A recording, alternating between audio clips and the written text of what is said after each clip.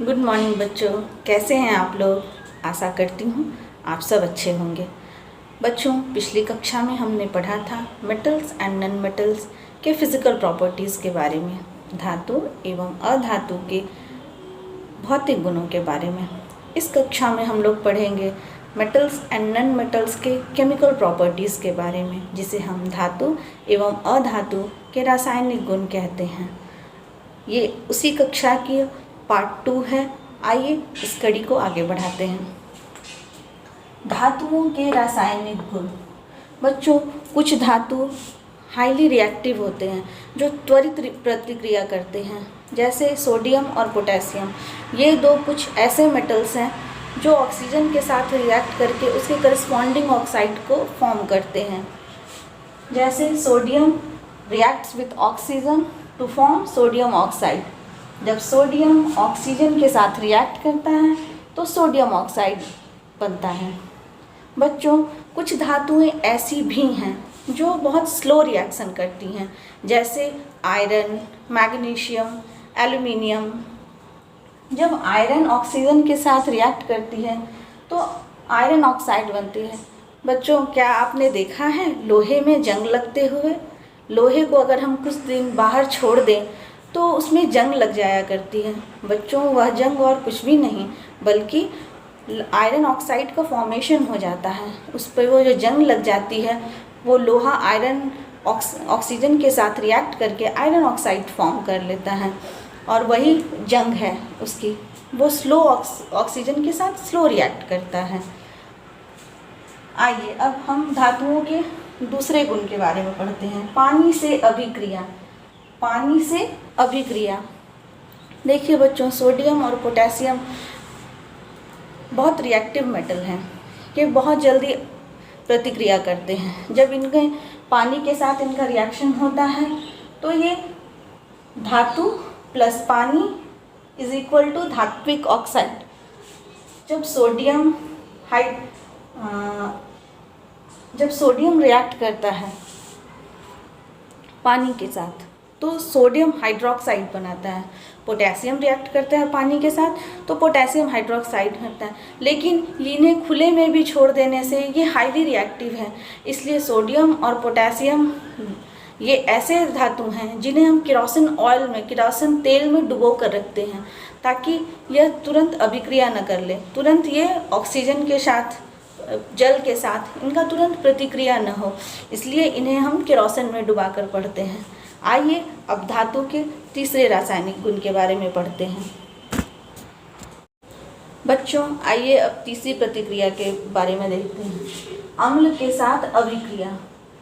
जब धातु जैसे सोडियम या मैग्नीशियम तनु अम्ल जैसे कि हाइड्रोक्लोरिक एसिड के साथ रिएक्ट करते हैं, अभिक्रिया करते हैं, तो धात्विक लवण और हाइड्रोजन गैस का निर्माण होता है। जैसे सोडियम जब हाइड्रोक्लोरिक अम्ल के साथ रिएक्ट करता है तो सोडियम क्लोराइड और हाइड्रोजन गैस रिलीज होता है। सोडियम क्लोराइड आप जानते हैं, सोडियम क्लोराइड हमारे खाने वाले नमक को कहते हैं। बच्चों, जस्ता एवं लोहा ये कुछ ऐसे मेटल्स हैं जो स्लो रिएक्टिव हैं, जो धीमी गति से रिएक्ट करते हैं।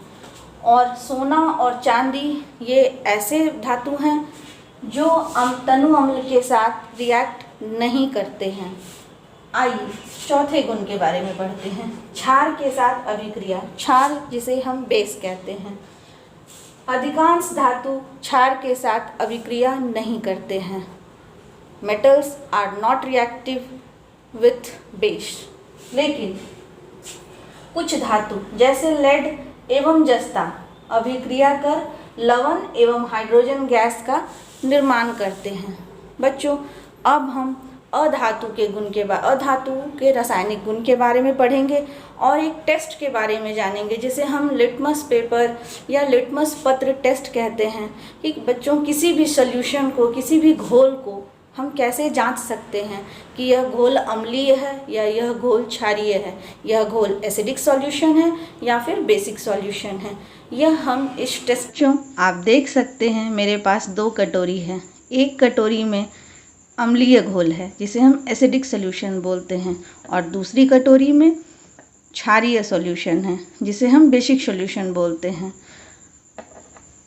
आप देख सकते हैं यह एक लिटमस पत्र है। इस लिटमस पेपर का प्रॉपर्टी है कि जब इसे एसिडिक सॉल्यूशन अम्लीय घोल में डालते हैं तो इसका रंग नीले से लाल हो जाता है। आइए इसे करके देखते हैं। जब इस लिटमस पेपर को हम अम्लीय घोल में डालेंगे, आप देख सकते हैं धीरे धीरे इस लिटमस पत्र का रंग लाल हो रहा है।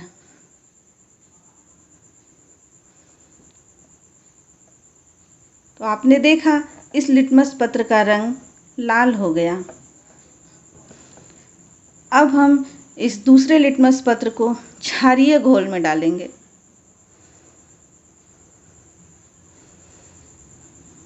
आप देख सकते हैं इसका रंग परिवर्तित नहीं हुआ।